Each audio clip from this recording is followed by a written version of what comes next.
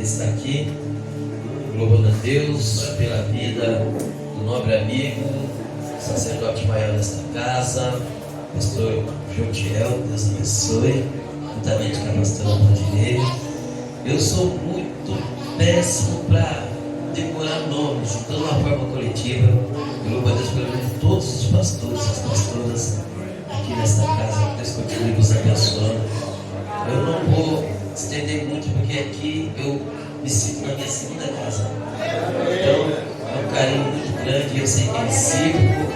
Que Deus continue abençoando todos, uma honra, uma satisfação revê-los. Deus abençoe grandemente. Eu trago saudações do meu pastor presidente, pastor Benedito Pereira, ele manda saudações. Um abraço aos pastores, a pastora Cláudia também. E assim toda a nossa igreja manda saudações aos pastores e à igreja. Quando se recebem a paz dos meus pastores, digam amém. Glória a Deus. Estou aqui na companhia de minha esposa, a missionária Maria está ali, o Enzinho também está ali, adorando a Deus com a gente, e a minha filha Kate, que está aqui pela primeira vez, né? Ela está aqui adorando a Deus com a gente também. Então, louvado seja o nome do Senhor por essa noite maravilhosa. Amados, por favor, todos que trouxeram o seu exemplar bíblico, acompanhem-me no texto que está inserido, segundo escreve o profeta Isaías.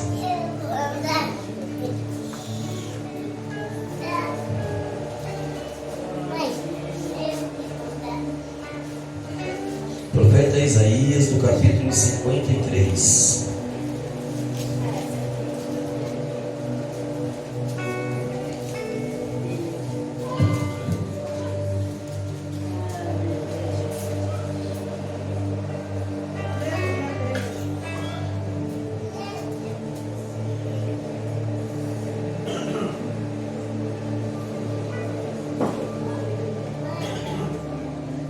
Livro do profeta Isaías, no seu capítulo 53. Aleluia. Estamos aqui nessa noite de comunhão, noite de Santa Ceia. Quantos estão felizes por essa oportunidade de graças a Deus? Livro do profeta Isaías, no seu capítulo 53. Todos encontraram? Digam amém. Amém. Eu quero ler com os meus irmãos aqui a partir do versículo de número 3. Versículo de número 3 a seguir.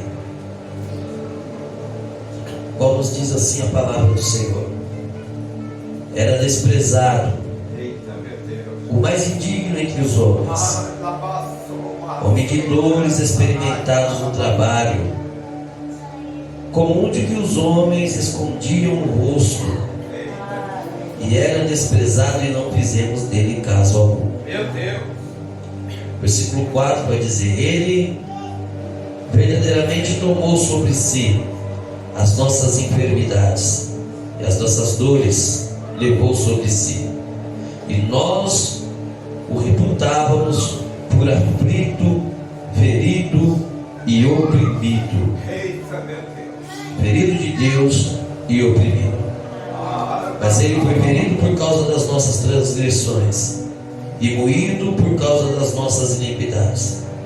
O castigo que nos traz a paz estava sobre ele, e pelas suas pisaduras fomos sarados. Aleluia! Quero repetir o versículo 4. Verdadeiramente ele tomou sobre si as nossas enfermidades e as nossas dores levou sobre si, e nós o reputávamos por aflito, ferido de Deus e oprimido. Quantos podem aplaudir ao Senhor por esta palavra?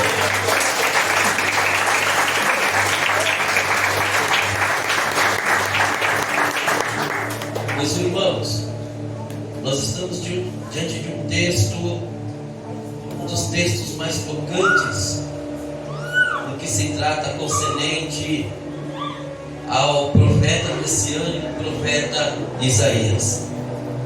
Nós sabemos que o livro do profeta Isaías é o livro que faz abertura à sequência dos profetas maiores, que são conhecidos no hebraico como Adolim, e também conhecido no hebraico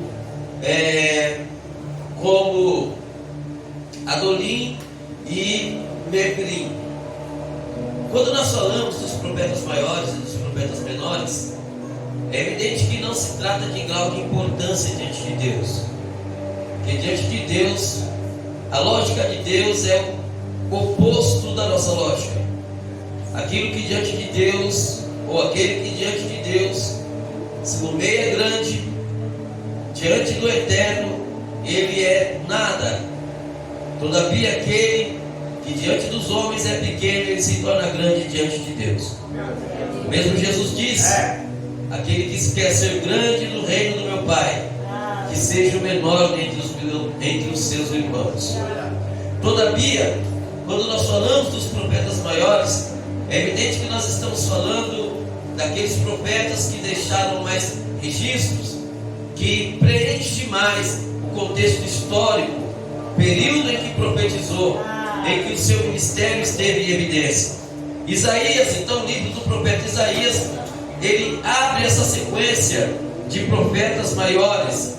Então, nós podemos entender que Isaías, ele é considerado, podemos dizer assim, teologicamente, o único profeta que profetizou com exatidão e com riquezas de detalhes acerca do Messias.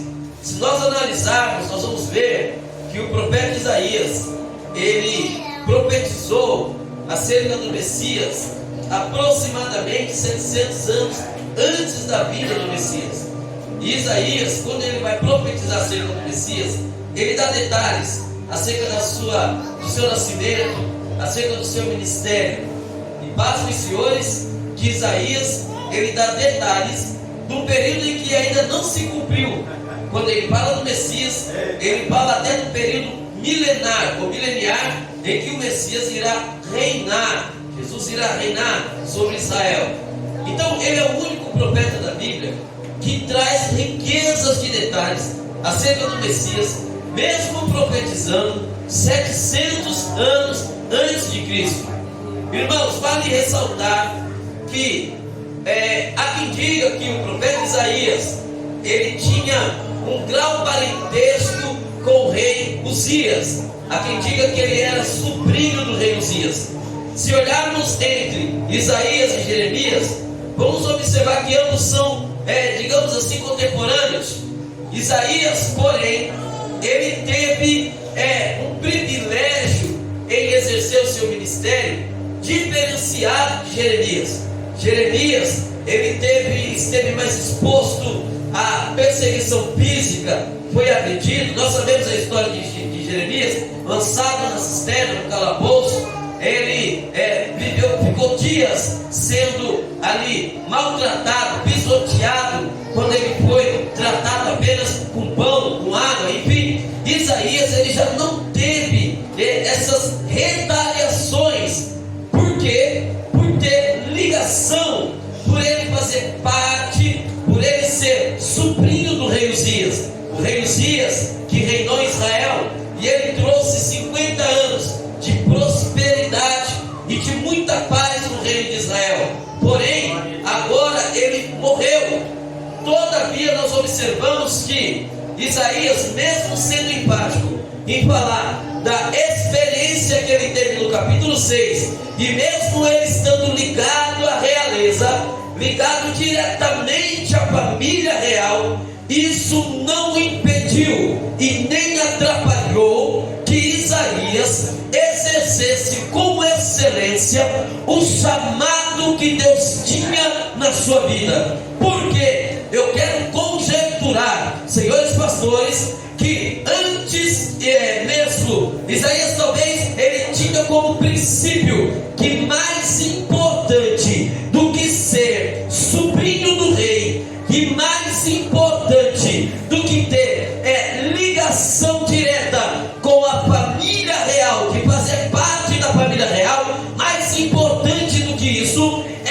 chamado que Deus tinha na sua vida. Em nenhum momento ele se apropriou do benefício de ter ligação com o rei. Em nenhum momento ele deixou que essas facilidades o corrompessem, porque ele sabia do chamado que ardia na sua alma. Então, para ele, mais importante do que ser sobrinho do rei era ser chamado pelo Rei dos Reis e Senhor dos Senhores. Os privilégios não corromperam seus princípios.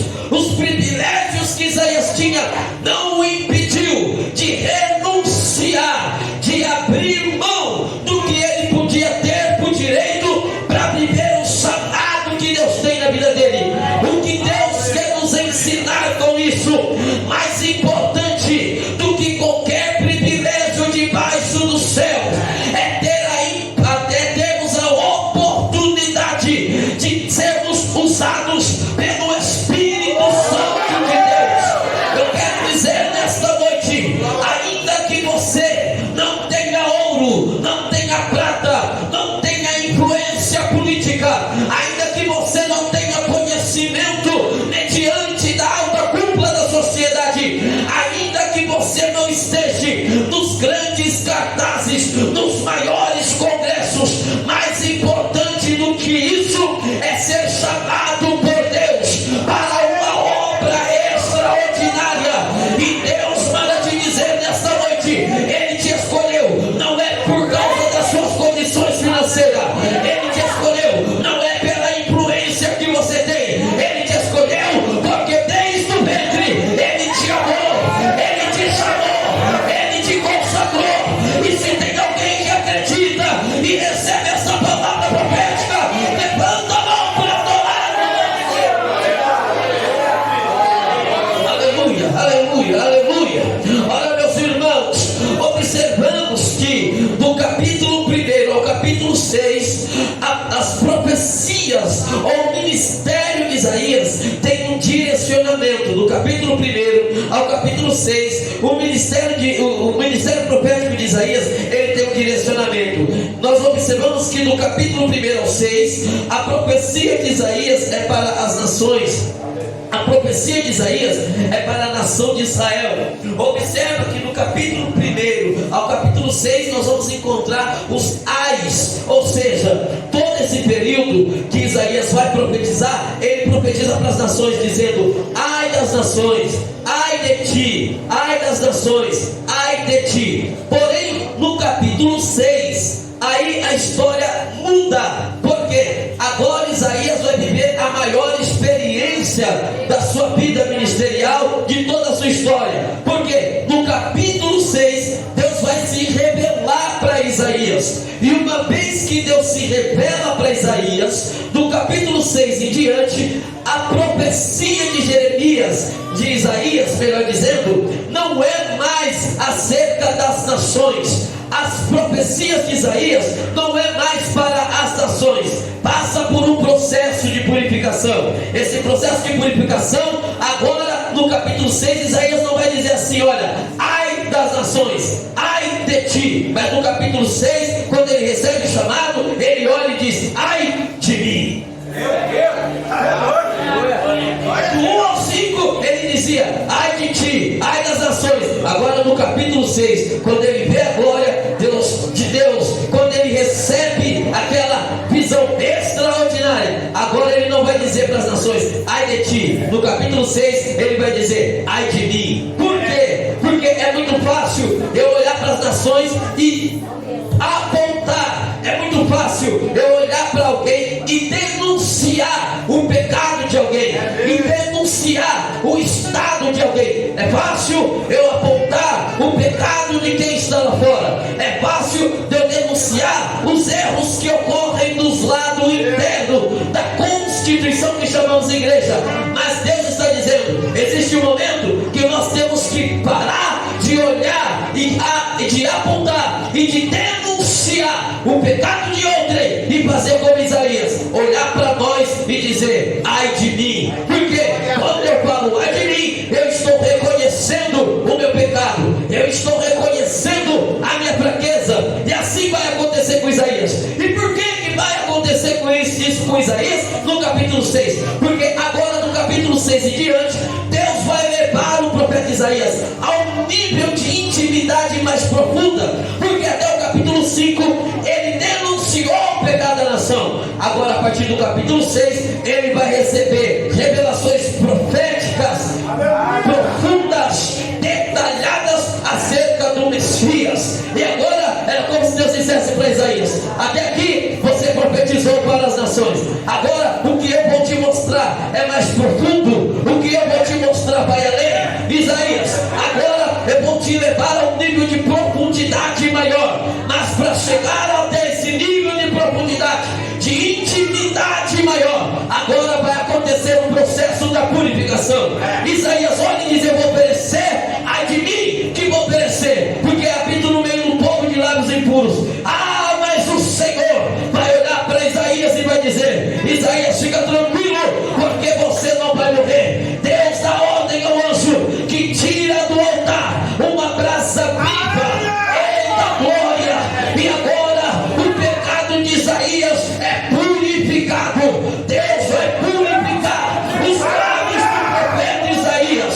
Como quem diz: ah, Isaías, você não vai morrer por causa dos seus pecados, mas os seus pecados vão morrer por causa do chamado que eu tenho na sua vida. Eu vou te purificar, Isaías.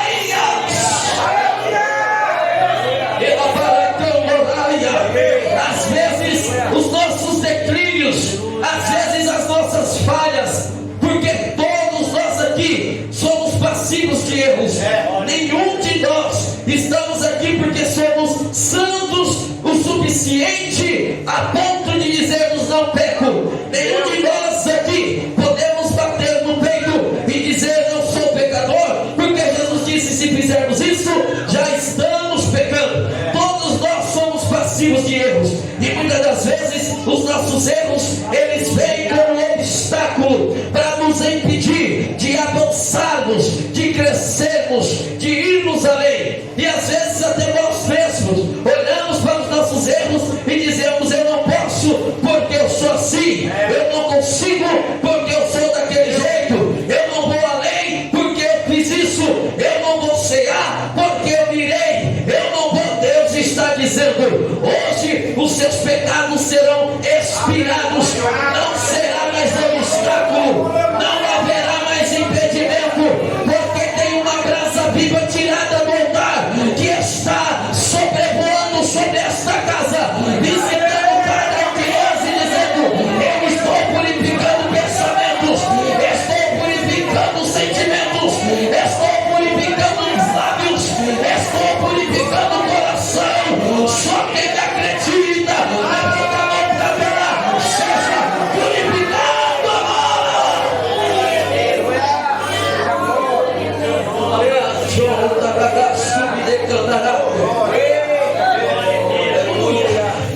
Do capítulo 6 em diante, o ministério de Isaías toma uma outra proporção. Por quê? Agora ele não vai profetizar mais para as nações, ele vai profetizar acerca do Messias.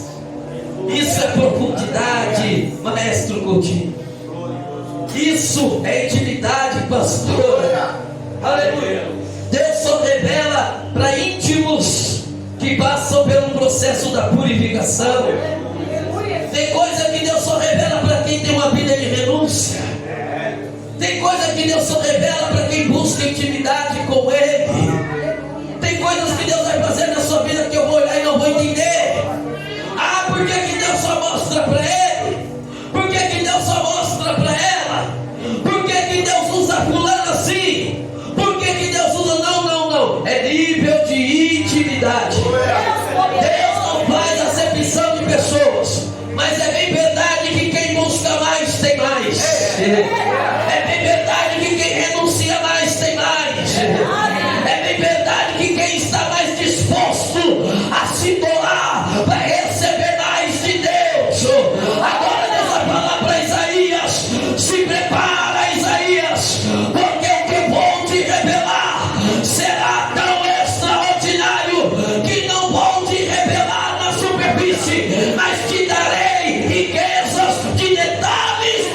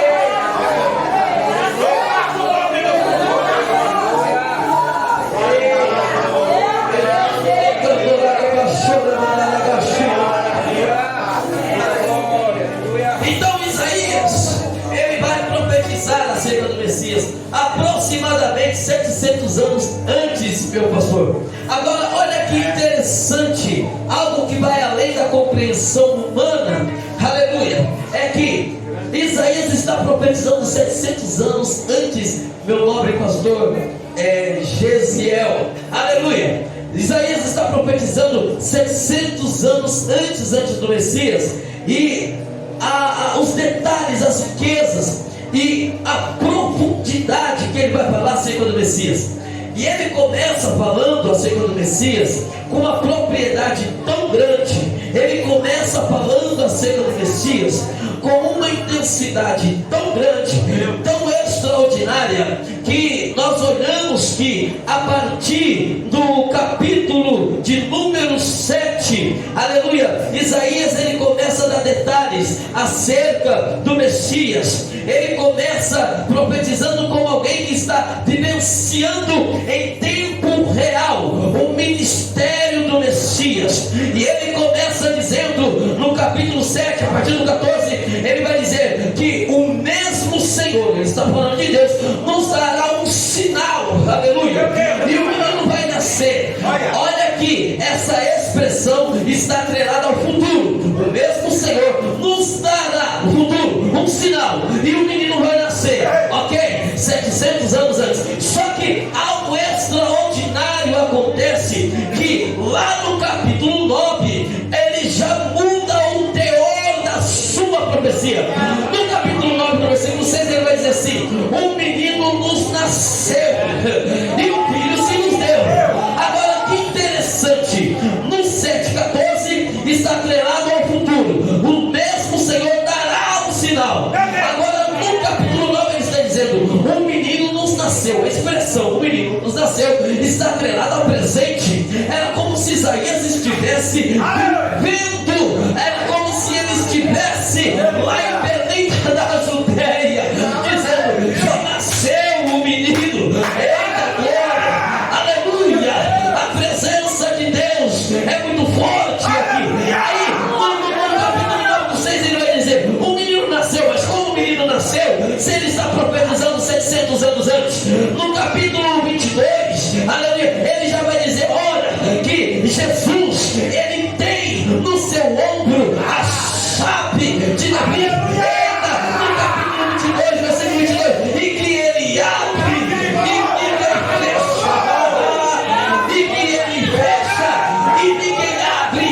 Oh, meus irmãos, eu não sei se vocês estão conseguindo pegar essa linha de raciocínio. Está atrelado ao presente. Ele não está dizendo: olha, o Messias, ele terá no seu ombro a chave da casa de Davi. Não, ele está dizendo: ele tem, é presente.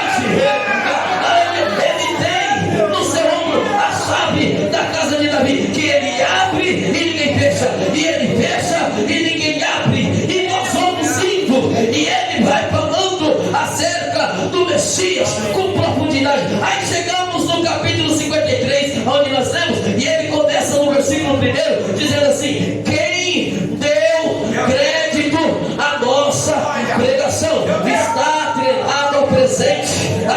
Quem deu crédito?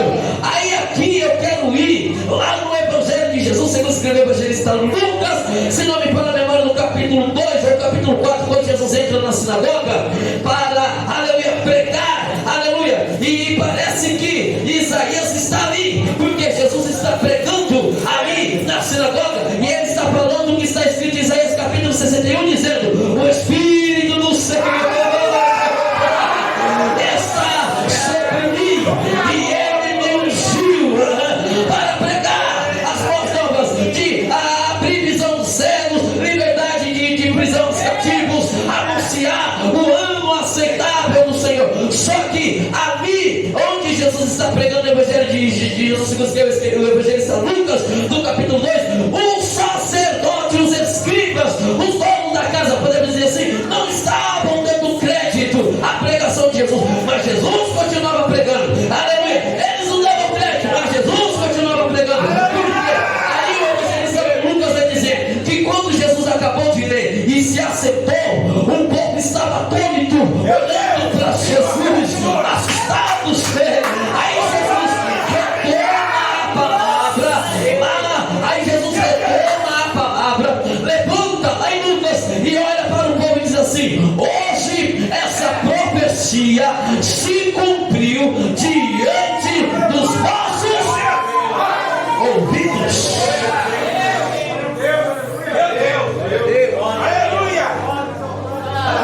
Jesus levantou o pastor Jotiel e disse: hoje essa profecia, pastor Josiel, Jesus levantou assim: hoje essa profecia se cumpre diante dos vossos ouvidos. Agora, por que Jesus não falou diante dos vossos olhos? Se ele está pregando em Isaías 61, que testifica dele mesmo. Glória a Deus. Então, não seria mais coerente na lógica humana Jesus falar assim: hoje essa profecia se cumpre diante dos vossos olhos, porque eu estou aqui. Mas por que Jesus disse diante dos vossos ouvidos? Porque diante dos olhos se cumpria o que nós lemos aqui no versículo 3, no 53. Diante dos olhos ele era desprezado. Meu Deus, olha aí. Porque quem olhava para ele dizia assim: mas ele não tem cara de Messias. Olha aí. Ele não tem jeito de Messias. Glória a Deus. Ele não tem fisionomia de Messias. Só que Deus, para confundir o homem, Deus ele trabalha no oposto, porque ele não olha pela aparência. Então era como se Jesus dissesse assim: olha, diante dos olhos se cumpre o versículo 3. Meu Deus. Eu sou desprezado.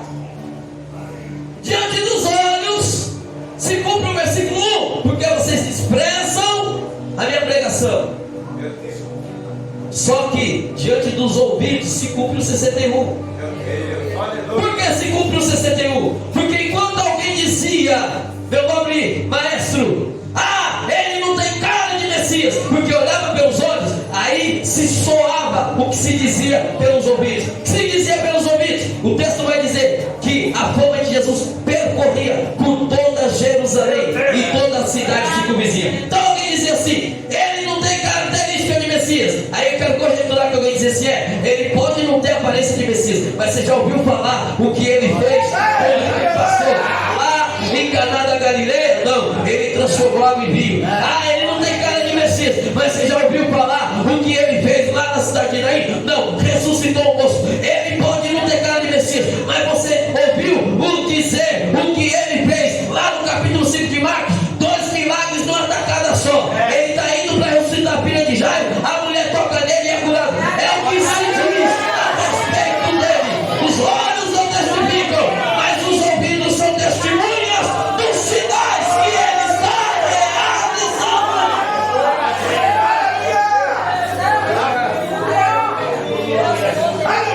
Rápidas palavras. Aí alguém pergunta: mas com que ousadia ou propriedade que Isaías vem profetizando dele?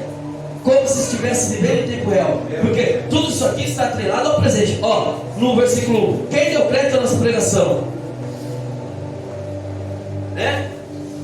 E a quem se manifestou o braço do Senhor. Aí no versículo 2 ele vai dizer assim: porque foi subindo como renovo perante ele, como raiz que uma terra seca. Aí eu vou lá para o livro, lá segundo escreveu Jó, no capítulo 14, no versículo 7. Jó ele vai dizer assim: que há esperança para a árvore que foi, que é o cheiro das águas, ela brotará. Só que um pouco mais abaixo, Jó vai dizer assim: que todavia o homem que descer a sepultura e que for cortado, ele não brota mais. Jó vai dizer que todavia o homem que descer o pó da terra, ele não voltará mais. Só que aí era como se Isaías estivesse ouvindo isso e dizendo: tudo bem, irmão Jó, eu concordo contigo. Abraão foi cortado e sepultado e não brotou mais. Isaac foi cortado e enterrado e não brotou mais. Jacó também foi cortado, sepultado e não brotou mais. Só que o Messias, ele foi cortado, sepultado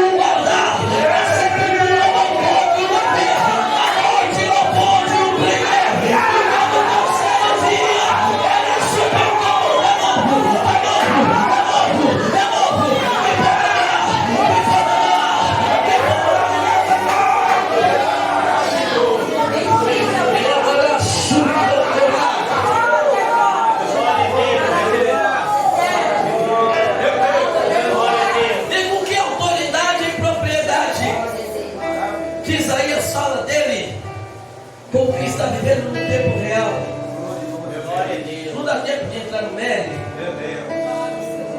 Até porque, para explicarmos com riqueza em detalhes, nós teremos que entrar no mérito sobre a anatomia. Não temos tempo. Mas bem rápido, como que Isaías profetiza como quem está vivendo, como quem está vendo, como quem está presenciando o Messias. Resumindo, sabe por que Isaías fala com essa propriedade? Há 700 anos atrás, como quem está vivendo em tempo real. Sabe por quê? Porque quando ele vai receber a profecia, a revelação profética acerca do Messias, Deus pega o espírito de Isaías, Deus pega a psiquez de Isaías e o teletransporta para o reino espiritual. Meu Deus. As informações que Isaías tem acerca do Messias, podemos dizer assim, não está no horizontal, está no espiritual. Não está no natural, está em outra esfera. E quando a gente sai daqui e adentra lá, tudo lá acontece em tempo real. Aleluia! Aleluia! Porque no reino espiritual não tem passado, presente e futuro. Olha aí. No reino espiritual não tem passado, presente e futuro. Meu Deus. Para Deus não existe passado, para Deus não existe futuro. Quando Deus olha para o evangelista Washington em tempo real, Deus me vê nascer e partir para a eternidade em tempo real. Porque Deus não está preso nesse espaço de tempo em que nós vivemos. Então, para Isaías receber a profecia acerca do Messias, ele é inserido no reino espiritual. E no reino espiritual não tem passado, presente e futuro. Por isso que ele profetiza. Por isso que no 7 ele começa dizendo: o mesmo Senhor dará um sinal. Mas no 9 ele já diz: já nasceu. Olha aí. No 9 ele diz: o menino nos nasceu, já nasceu. O filho se nos deu. É por isso que no 53 ele vem profetizando como quem profetiza em tempo real. Porque na esfera onde ele foi inserido, no mundo espiritual onde ele está inserido, não está preso no espaço de tempo em que nós vivemos aqui, passado, presente e futuro. Lá é tempo real. Então ele está dizendo: eu estou vendo o Messias, estou andando com ele, estou caminhando com ele. Ele está sendo crucificado como um cordeiro mudo, mas também ao terceiro dia ele ressuscita.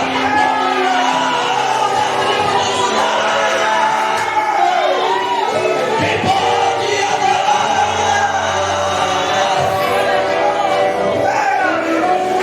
Vire para a sopa daquela bagaça. Levanta a bagaça, subida a bagaça. E para concluir, dentro do tempo que lhe foi proporcionado, o versículo 4 vai dizer: verdadeiramente ele tomou sobre si as nossas enfermidades. Aí alguém pergunta: por que crente fica doente então, se Jesus tomou sobre si a nossa enfermidade? Eu já vi debates acerca disso, e debater e não chegar no denominador comum. Ficaram os dois perdidos. Ah, se ele tomou sobre si a nossa enfermidade, por que a gente fica doente? Não dá tempo de entrar no mérito. Eu vou aplicar apenas a informação básica. Eu creio que em outra oportunidade vamos compartilhar com alegria. Não é porque o pastor deu pouco tempo, não, viu, irmão? É porque o manto é forte mesmo. E se deixar, vira vigília. O que significa o versículo 4 quando ele diz: verdadeiramente ele tomou sobre si as nossas enfermidades? Nós sabemos que essa enfermidade citada no versículo 4 é chamada no hebraico de Oni ou Roli anu, enfermidades. Essa expressão no hebraico, porque no hebraico acontece diferente da nossa cultura. No hebraico, às vezes uma palavra ela consegue ter vários significados ou diferentes significados. Porém, enfermidades aqui no hebraico, no singular é roli. Enfermidades no plural, ou nossas enfermidades, roli anu. E o que significa essa palavra no hebraico? Essa palavra enfermidade no hebraico ela tem 3 sentidos. Primeiro, enfermidade, literalmente, doença. Segundo significado dessa palavra no hebraico, peso ou jugo. E terceiro significado dessa palavra no hebraico é sentença. Olha aí. Primeiro significado da palavra enfermidade no hebraico pode se relacionar à doença. Segundo significado, peso ou jugo. Terceiro e último significado do versículo 4 no hebraico é sentença. Então, quando ele escreve aqui que ele levou sobre si as nossas enfermidades, sabe o que ele está dizendo? Que por intermédio da cruz, Jesus ele tem poder de nos curar a carne. Glória a Deus. Aleluia. Ele pode curar a minha carne, a minha saúde física. Só que o maior propósito da cruz foi ele tomar sobre si o meu jugo e me livrar da sentença e da condenação eterna que era a morte. Olha aí. Olha aí. E isso vai acontecer quando ele morre lá na cruz. E quando ele chega no reino espiritual, eu quero conjecturar aqui para terminar. Eu quero entender, para você entender melhor. Eu vou conjecturar aqui para você entender melhor, porque não dá tempo de explicar. Todo mundo que morreu, todo mundo que morria da nova aliança até a ressurreição era preso na eternidade. Porque chegava lá na eternidade com o seu jugo, com seus pecados. Isso está relacionado quando Jesus desceu lá no abismo para pregar. Aí não dá tempo de entrar no meio, mas os pastores sabem. Aí Jesus vem, olha para o evangelista, o Austin, e fala assim: vamos fazer uma troca. Eita. Aleluia. Eu vou pegar o seu jugo. Meu Pastor. Aí ele fala para mim: você vai levar o meu. Deus. Eita. Tomai sobre si o meu jugo. Aleluia. Porque o meu jugo é suave e o meu fardo é leve. Ele toma o meu jugo, coloca nas costas dele, sobe o caminho do Gólgota, Glória a Deus. é crucificado, chega na eternidade com o meu jugo, pastor José. A morte olha para ele, e diz assim: o Senhor é Yeshua, Jesus. É o Jesus de Nazaré? Sim. Filho da irmã Maria, filha do senhor José. Ele está aqui. Ele tinha morrido. Está preso aqui. Aliás, senhor Jesus, deixa eu ver aqui a sua árvore genealógica. Acredito que o senhor é da linhagem de Davi. Está aqui também. Olha aí. Tá. Agora, deixa eu ver aqui as suas obras. Não. coisa errada. Meu Deus, meu. Sabe por que tem alguma coisa errada? Porque o seu fardo, Jesus, está mais pesado que de todos que aqui chegaram. Meu Deus. O pecado que o mundo inteiro está nas costas, está nas suas costas. Meu Deus. E esse jugo te gera sentença. Porque se você chega com esse jugo pesado, com esse fardo, você tem a sentença, porque o salário do pecado é a. Então você tem que se sentenciar. Só que eu só posso sentenciar alguém que tenha pelo menos um pecado registrado aqui. Meu Deus. Glória a Deus. E a sua ficha está limpa. Você não tem um pecado, mas está carregando um fardo. Deus. Então peraí, se o Senhor não pecou e você está carregando um fardo, esse fardo não é seu. Seu fardo tem que estar vazio, mas você está com o fardo cheio.